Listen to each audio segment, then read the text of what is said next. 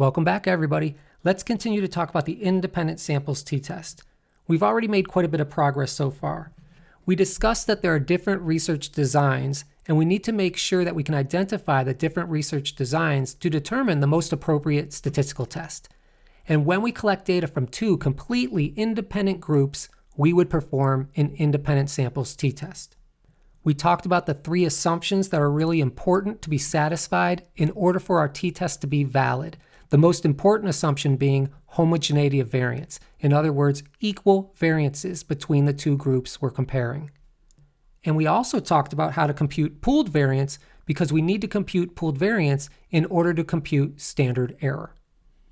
I think we've covered enough stuff so that we're ready for the first example. Let's take a look. This is the first example. Let's see what we have. A developmental psychologist wants to assess the damage to memory that is caused by chronic alcoholism. A sample of 10 alcoholics is obtained from a hospital treatment ward, and a control group of 10 non-drinkers is obtained from the hospital maintenance staff. Those are two strange groups to compare, but we'll work with that. Keep in mind too, for these examples, we usually have relatively small sample sizes. In the real world, we would typically collect data from many more people. Each person is given a brief memory test, and the researcher records the memory score for each subject. We will consider the alcoholic group, group 1, and the non-alcoholic group, group 2. For the alcoholic group, the sample mean equals 43, and sum of squares equals 100. So instead of giving you raw data, I'm helping you out here, and I'm already computing the basis for variability for that group. Sum of squares equals 400. For the control group, so they're the non-alcoholic group, their sample mean equals 57, and their basic measurement of variability, the sum of squares, is 410. Let's take a look at those means for a second. Higher values represent better memory. So at least descriptively, the non-alcoholics have a higher memory score than the alcoholics. But remember, we're in that same familiar position. That difference that we see there might represent true differences that we would see between the two populations. But it's also possible that the difference that we see right there between 43 and 57 is the type of difference between sample means we would expect just by chance, even when there is no difference at all between the two populations. Do you see? This is why we want to master that type of reasoning, because it's not going away. Every single time we test something using this four-step procedure, we're going to put ourselves in exactly the same situation. We're going to need to see if we have enough evidence to rule out sampling error as a viable explanation for the differences that we actually see. In this case, we're going to use an alpha of 0.01 two-tailed. Let's walk through it. Let's start with step 1. Remember, we have two competing hypotheses, a null and an alternative. The null hypothesis in this case states that the difference between the two populations is 0. If the difference between the two populations is 0, that means the two populations are equal. So the way we'll write it is that mu1, the mean memory score for the alcoholics, minus the mean memory score for the non-alcoholics equals 0. Keep in mind that null hypothesis always states there's no effect, no differences. The alternative hypothesis essentially needs to state everything else. So the alternative hypothesis is going to state that the population mean memory score for the alcoholics, when you then subtract the population mean memory score for the non-alcoholics, does not equal 0. In other words, there is some difference between those two groups. All right, let's move on to step 2. In step 2, we determine how much evidence we need to reject the null hypothesis. And we will create this distribution of differences between sample means based on that null hypothesis being true. And the only time we will reject the null hypothesis is when we find data that is very, very unlikely to occur when that null hypothesis is true. In other words, data that would make us question the validity of the null hypothesis. Data that is inconsistent with the null hypothesis. That's when we would reject the null hypothesis. Well, we're doing a two-tailed test, so we know we're going to have a rejection zone, a critical region on the right side, and also a rejection zone, a critical region on the left side. The question is, where should we mark off those values? Let's talk about that next. Let's change the views, and I'll mark up a distribution with you. First of all, let's make this clear. In this situation, when we're comparing two completely separate groups, The distribution that we're dealing with, this t-distribution, it represents a distribution of differences between sample means, x bars. And at this step, whenever we are dealing with some type of distribution, in this case a distribution of differences between sample means, we create that distribution based on the null hypothesis being true. So on this x-axis, we literally are plotting differences between sample means. So I'm going to label that x bar 1 minus x bar 2. And keep in mind that null hypothesis stated that the difference between the two population means was equal to 0. In other words, those two populations are equal. Right underneath those differences, we're going to have t-values. And of course, right in the middle, that would be a t-value of 0. If that null hypothesis is true, and there really are no differences between those two populations, then when we collect data from two different samples representing those two different populations, most of the differences that we compute should be right around 0. Just by chance, we will find some difference scores that are very extreme on this side, and just by chance, we will find some difference scores that are quite extreme on this side, but they will be very unlikely to occur by chance. We need to determine where are we going to mark off those critical regions.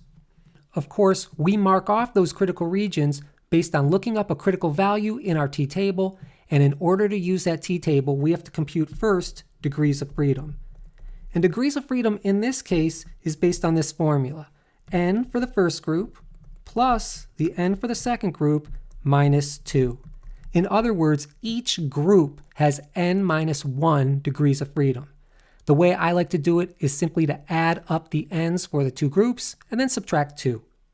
In this situation, we had 10 alcoholics plus 10 non-alcoholics minus 2 would give us 20 minus 2, which is 18 degrees of freedom overall. Let's consult our t-table. Here is our t-distribution. We are going to be performing a two-tailed test with an alpha of 0.01. So we want to use this column right here. We determined that we have 18 degrees of freedom. So I'm going to come down a little bit because right here in this column it shows degrees of freedom. And right over here I see 18 degrees of freedom. So this is the row that I'm interested in. When I come across this row and I get to the column for an alpha of 0.01 two-tailed, I see this value right here. We're doing a two-tailed test, so our critical values will be marked off at positive and negative 2.878. 2.878 and negative 2.878. Now we know exactly how much evidence we need to reject the null hypothesis. Now we're ready for step 3. If step 2 was all about figuring out how much evidence you need to reject the null hypothesis, step 3 is all about figuring out how much evidence do you have. So the way we figure out how much evidence we have is by transforming that difference between the two sample means into a t-value. And we will use this formula right here. And you'll know this is the right formula because this is the only formula we've looked at so far that shows two sample means within it. Let's just look at this formula. In the numerator, just like the other formulas we've looked at so far, we're looking at differences that we actually observe. Keep this in mind. This part right here is always based on the null hypothesis. And look at your null hypothesis. It states that the difference between these two population means is 0. In other words, this part of the formula will always equal 0. That's why some people just leave that part out of the formula. So we will look at differences that we actually observe over some measurement of differences between sample means we would expect just due to sampling error. In other words, we're dividing by the estimated standard error of the differences between the means. That's a mouthful, right? We still just refer to it as the standard error.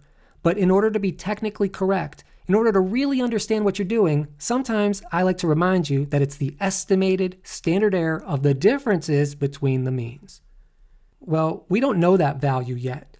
And a lot of times students get stuck and they don't know where to start. Let me show you how to always figure out where to start. Just start asking yourselves, what information do you have and what information do you need? We need to know the values of these means. And I already gave you that information. I already gave you some summary statistics. We already know that this is going to always equal 0. So we don't really need to worry about that. And we need to know the standard error. I don't know the standard error. So let's go ahead and look at a formula for standard error. Here's a formula right here for standard error. In order to compute the standard error, I need to know the sample size for the first group and the sample size for the second group. We already know that. There are 10 people in each group. I also need to know the pooled variance. I don't have that information yet. Let's go ahead and look at a formula then for pooled variance. Here's the formula. In order to compute pooled variance, I need to know degrees of freedom for the first group and degrees of freedom for the second group. Well, I know degrees of freedom is just simply the number of people in each group minus 1. So I've got that information. I also need to know the sum of squares for each group, and I've computed that for you right over here. I know the sum of squares for the second group, the sum of squares for the first group. Do you see how we have all the information that we need right here in order to compute pooled variance? Because we have all that information, we can start right there.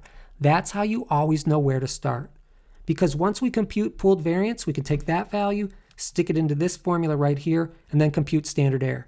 And once we know standard error, we can take that value, stick it into this equation, and compute t. And that's what we need to know.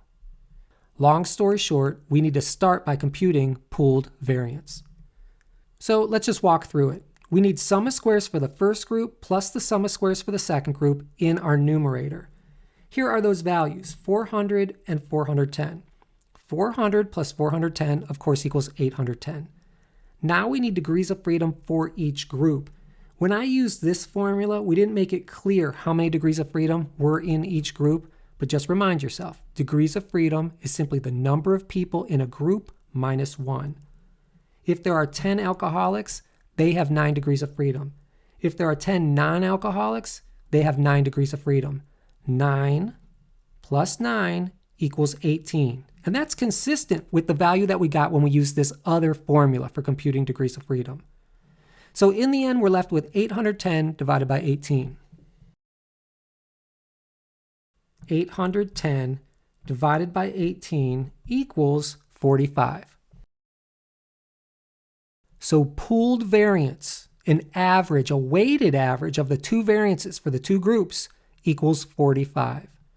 You can see we need that value for when we compute the estimated standard error of the differences between the means. That gives us a value of the variability that we would expect to find in this distribution. Keep in mind this is a distribution of differences between means. So this is going to show us on average how much those differences between the means would differ from 0. You can just simplify that in your own head. It's just a measurement of the differences between the means that we would expect to find due to sampling error. Be very careful with this formula. Do you see how we have two separate fractions? I like to compute each fraction separately, then add them together, then take the square root. We just computed pooled variance, and that value is equal to 45. This is now asking us for the number of people in the first group. There are 10 people in that group. Again, in this fraction, we need to put in the numerator the pooled variance, which is 45, and then divide by the number of people in that second group. There are 10 people in that group. So do you see how we're left with two fractions, 45 divided by 10 plus 45 divided by 10? I like to handle each fraction separately, then add them up. 45 divided by 10 is simply 4.5. If we add 4.5 to 4.5, we get 9. Don't forget to take the square root. Sometimes students get to this point and they forget to take that square root. In this case, it's a very easy computation. The square root of 9 is 3. What that tells us is that on average, the differences between the means tends to be about 3. Now we have everything that we need to compute our t-statistic. And remember, the t-statistic is looking at differences that we actually observe between the two groups over differences between two groups we would expect just by chance. So if we have really big differences that we actually observe over smaller differences we would expect just by chance, we will have a big T value and lots of evidence to reject the null hypothesis and conclude that there are differences between the two populations that the two samples represent. Keep in mind, in this formula, this is always based on the null hypothesis, and the null hypothesis states that the difference between those two populations is 0. So effectively, this part of the equation, you can just rule out. You can just cross it out if you'd like. Let's figure out the difference between the two sample means. That first group was the group of alcoholics. Their average score on the memory test was 43. The second group was the non-alcoholics. Their average score on the memory test was 57. So when we look to see how big the difference is, we find a difference of negative 14. That negative value is showing that the alcoholics performed on average 14 points lower.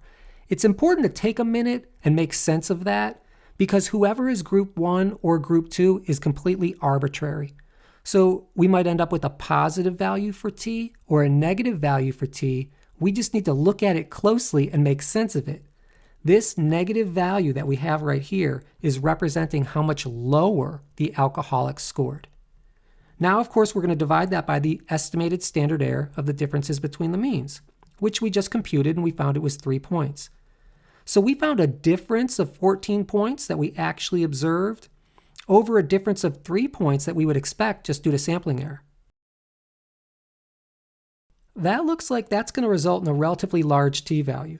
Let's take 14 and make it negative, and then divide by 3. That equals about negative 4.67.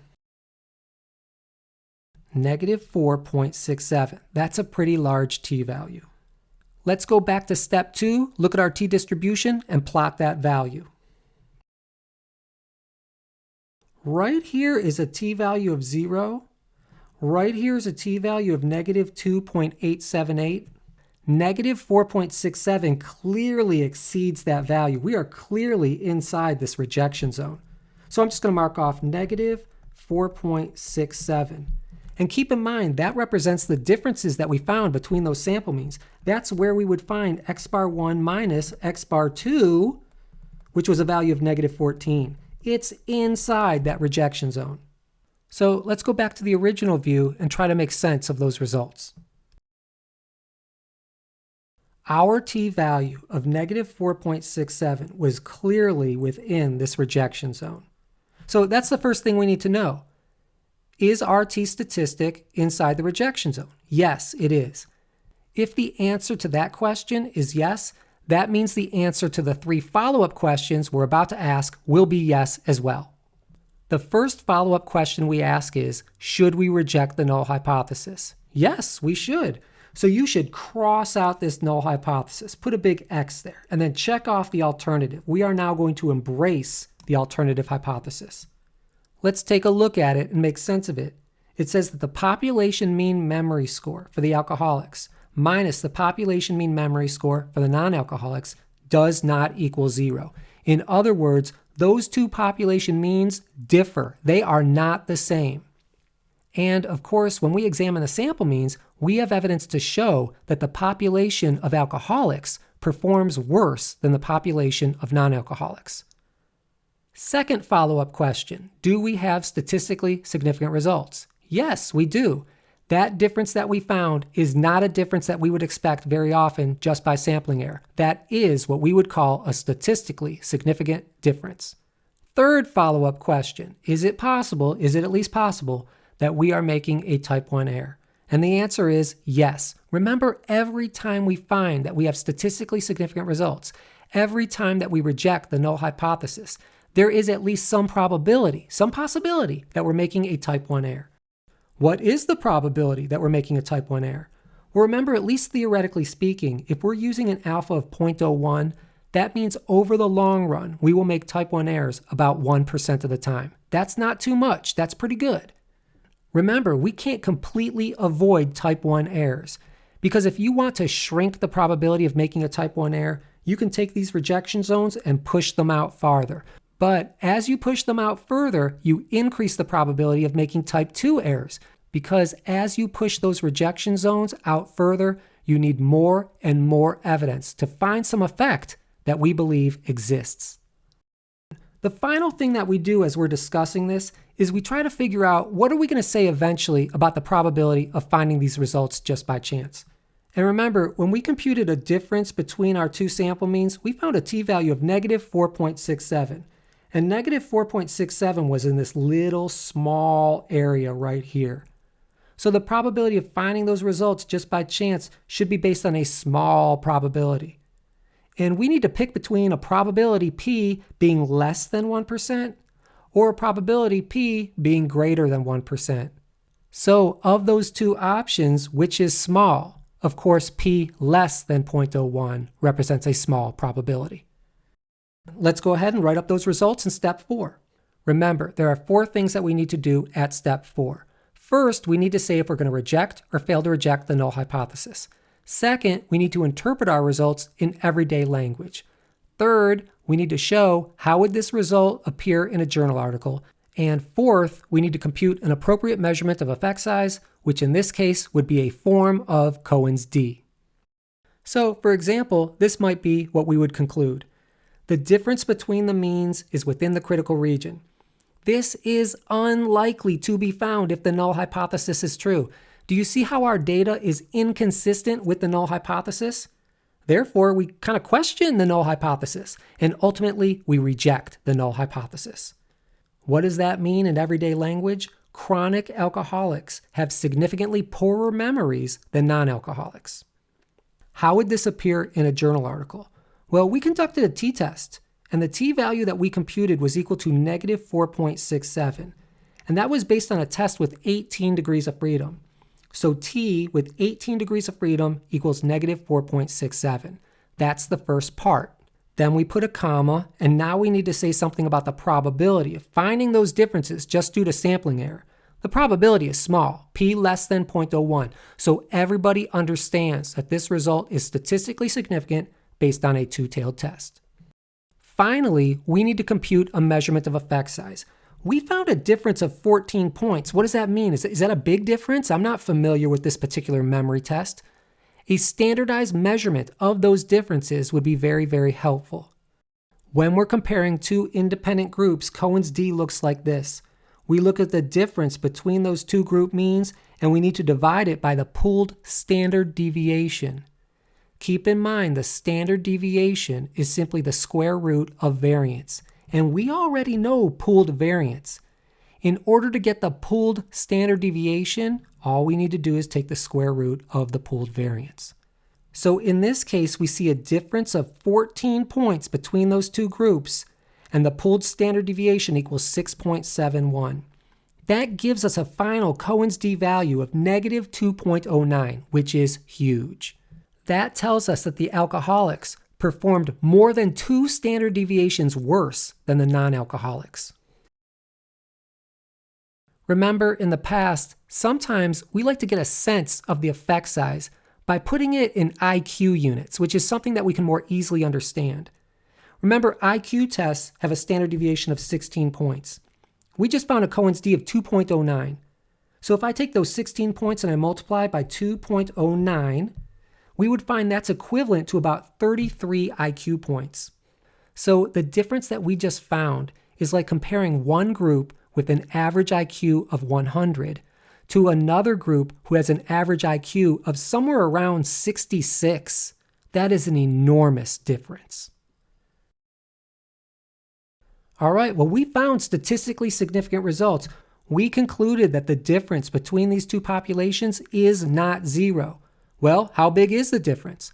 Let's follow up this 4-step procedure by computing a 99% confidence interval so that we have a range of values that is very likely to include the true difference between those two populations. Right now, our best guess is that they differ by 14 points. So we're going to create a distribution like this where we have 14 points right in the middle. And then to that we will add some, and then from that we will subtract some, so that we're left with a range of values that has a very high probability of including the true population mean difference. This is the formula that we're going to use. We're able to take that T formula that we used previously and simply rework it, reorganize it to solve for the difference between the two population means. We have all the information that we need. We're going to stick in the difference between the two sample means. Remember, that was a difference of 14 points. And then to that, we will add and subtract the critical value that we already looked up, because that marks off the middle 99% of the distribution, multiplied by the standard error. When we work out that math, we're left with negative 14, which is the difference between those two sample means, plus and minus 8.63. That leaves us with a value of negative 5.37 and negative 22.63. So what we're saying is that the probability is 0.99, that the true difference between those population means is somewhere between about -22 and -5. In other words, how much lower will the alcoholics score compared to the non-alcoholics? The true difference between those two populations on that memory test is somewhere between -22 and -5. Do you see how 0 is not included in that range? Remember, we rejected that value. That's one of the really nice things about computing these confidence intervals. These confidence intervals give us a sense of how different really are those two populations. And they also give us a sense of if those differences are statistically significant or not. If 0 is not included in this range, that means we found statistically significant results.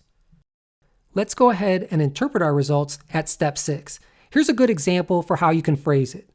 The probability is 0.99. In other words, we can be 99% confident that the difference in the memory test means between the two populations is somewhere between -22 and -5. You'll see that we covered the 3 important things we need to cover in a good interpretation. We need to say something about the probability or our confidence level. We need to say something about what we're actually measuring. Here we're measuring the memory test means between the two populations. And then, of course, we need to include the range of values that we computed. If we were to summarize this 99% confidence interval in a journal article, it would look something like this. We would list 99% CI for confidence interval, and then in brackets, we would put the lower value, a comma, and then the higher value. These confidence intervals represent a great strategy for understanding our data. Remember, we're not dealing anymore now with t values or z values. This actually represents the scores on that memory test and how much lower the scores would be for the population of alcoholics. And it's a good strategy overall. 99% of the time, when we create these confidence intervals, that confidence interval will include the true difference between those population means. About 1% of the time, we will create a confidence interval that does not include that true difference value. And that, by the way, coincides with our alpha of 0.01. Well, that concludes our first example. We've got 2 more to go. I'll see you in that next video. In the meantime, be safe.